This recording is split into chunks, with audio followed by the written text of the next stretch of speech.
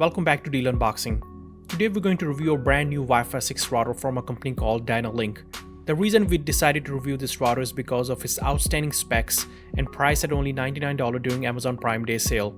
So in this review we will do a Wi-Fi speed, coverage and performance test and see how DYNALINK's Wi-Fi 6 router compare against the existing Wi-Fi 6 routers in the market.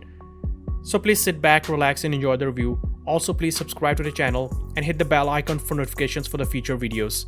First, let's do a quick unboxing and see its contents. The unit comes with Wi-Fi 6 router, quick start guides, power adapter, and a Cat6a Ethernet cable. Now let's look at the specs. The router is powered by a 64-bit quad-core CPU running at 2.2 GHz, 1 GB RAM, 256 MB flash, dual-band Wi-Fi 6, OFDMA, BSS coloring, MU-MIMO, 1024 QAM, WPA3, and IPv6. I just want to point out that these are the most powerful specs we have seen for $100 Wi-Fi 6 router in the market. In the ports option, router has 2.5 gig WAN port and 4 1 gig LAN ports, and a USB 3.0 port, WPS button, reset button, and a power connection. Let's talk about design and features. The new cylindrical design has a good ventilation on top and bottom to keep the powerful hardware temperature under control. The overall body dimensions are medium, measuring 3.9 inch wide and 9.06 inch tall. The router has a clean design and overall solid construction. It has 4 internal antennas and you cannot remove them. The unit is configured for maximum performance and coverage up to 4,800 square feet and 200 devices. It is a dual-band Wi-Fi 6 mesh system with a total networking speed of about 3600 megabits per second, and following is a breakdown. The 2.4 gig can deliver up to 1.2 gigabits per second. The 5G band can deliver up to 2.4 gigabits per second. And those max speeds are only possible with the right client hardware only, so your speeds will vary. Now let's do some performance coverage and speed test. So we've placed the Wi-Fi 6 router in the basement storage room. It has concrete walls around it and it is in the lowest part of the house. For this test we are using Intel AX210 Wi-Fi 6E card installed in our laptop. So the total square footage of the house is 5,000 square feet. I will be testing Wi-Fi connection in different corners and floors of the house to see how well the Wi-Fi 6 router performs in terms of Wi-Fi speed and coverage. In this test we will use iPerf3 performance test with 5 streams to measure the maximum bandwidth. So if you're not familiar with iPerf3, it is a tool to measure maximum bandwidth on the wireless or wired networks. So we set up 2.4G and 5G bands separately and have other Wi-Fi signals to create a real-world scenario where we have a lot of Wi-Fi signals causing interference. So let's get started. I have 1 gig browser and Fios connection, and for the first test I have connected my laptop to the router by Ethernet cable, and we're getting close to 1 gig internet speed, confirming the router can handle 1 gig internet speed without any problem.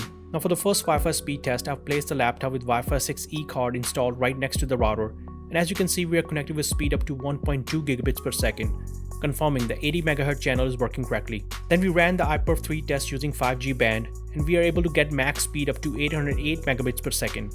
Then we ran the iPerf3 test using 2.4G band at the same location, and we were able to get 399 megabits per second wireless bandwidth speed, which is one of the best 2.4G results we have achieved. Outstanding start.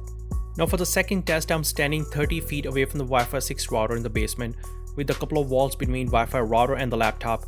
I have so far good Wi-Fi signals and solid connection for both 2.4G and 5G bands. First connected to 5G wireless connection and running iPerf3, I was able to achieve 475 megabits per second wireless bandwidth speed. Then switching to 2.4G at the same location and using iPerf3, I was able to achieve 210 megabits per second wireless bandwidth speed. So looking at our chart for comparison, 2.4G numbers are again one of the best scores, and 5G is also posting top scores. Things are looking great. Now let's move from the basement to the main floor of the house and do a third Wi-Fi speed and connection test. Here we have excellent Wi-Fi signals and solid connections. First connected to 5G wireless connection and running iPerf, we were able to achieve 438 megabits per second wireless bandwidth speed. Then switching to 2.4G at the same location and using iPerf3, I was able to achieve 141 megabits per second wireless bandwidth speed. So here comparing these results with the previous benchmarks, numbers are looking extremely good. Now I'm moved to the far left side of the house and close to 60 feet from the Wi-Fi 6 router with the floor and few walls between router and laptop.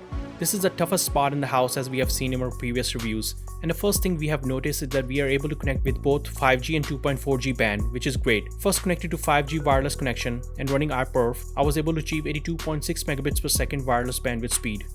Then switching to 2.4G at the same location, I was able to achieve 84 megabits per second wireless bandwidth speed. Looking at our charts, this router is looking extremely good. Now let's move to the far right side of the house and close to 30 feet from the Wi-Fi 6 router with the floor and few walls between router and laptop. First connected to 5G wireless connection and running iPerf, I was able to achieve 306 megabits per second wireless bandwidth speed.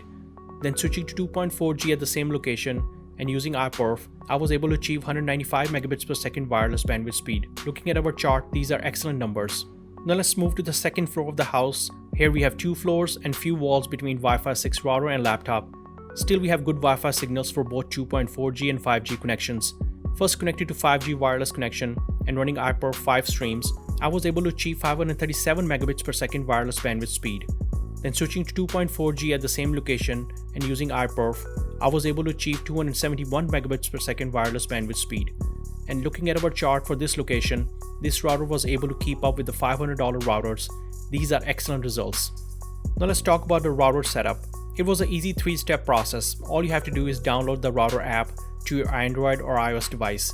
Connect your router to your modem, or if you have Fios connection with Ethernet cable, you can connect the router's WAN port directly to the Ethernet cable, and you don't need a modem. Then just follow the instructions in the app to complete the setup, or you can set up using your web browser. We are going to go over the settings very quickly to see what are the available options. The main dashboard will present you with a bunch of tiles with internet status, guest Wi-Fi, WPS, services, status information, system settings, LAN information, connected devices, security, and QoS. Then on the left column, we have a network settings with status information, WAN information, LAN information, Wi-Fi settings. Here you can set up both 2.4G and 5G settings, WPS, radio settings, advanced settings, and band steering. Then on the left column, we have IPv6, multicast routing, then followed by the services. Here we have FTP server, and you can also set up Samba server to share your USB device as a file storage. Then continue down the left column, we have security settings, where you can set up filters, client ACLs for both IPv4 and IPv6 settings. Router also supports VPN options, PPTP server, OpenVPN servers, and VPN client settings. Then continue down the left column, we have QoS settings, followed by the diagnostic settings, then followed by the system settings. Here you can set up password, time zone, reboot options, configuration, and reset options. You also have an option to update firmware. You can also control LED light on the router to turn it on and off. The last setting we have is a status information about wireless, DHCP lease information, routing table information, port forwarding, connection list, snooping table, and blocked user information. But you don't have to set up all these settings if you're not a power user. You can leave everything to default. Let's do the final summary. The overall DYNALINK AX3600 Wi-Fi 6 router performed extremely well in this review. The router's overall performance was excellent and priced at only $99 at the time of this review.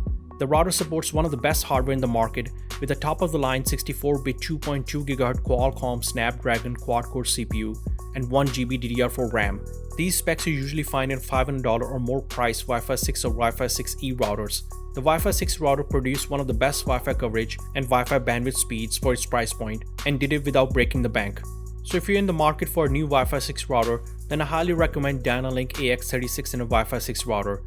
Let me know what you guys think of DYNALINK's Wi-Fi 6 router in the comments below. If you like this video, please like and subscribe to the channel and hit the bell icon for notifications for the future videos. Thanks for watching and see you in the next one.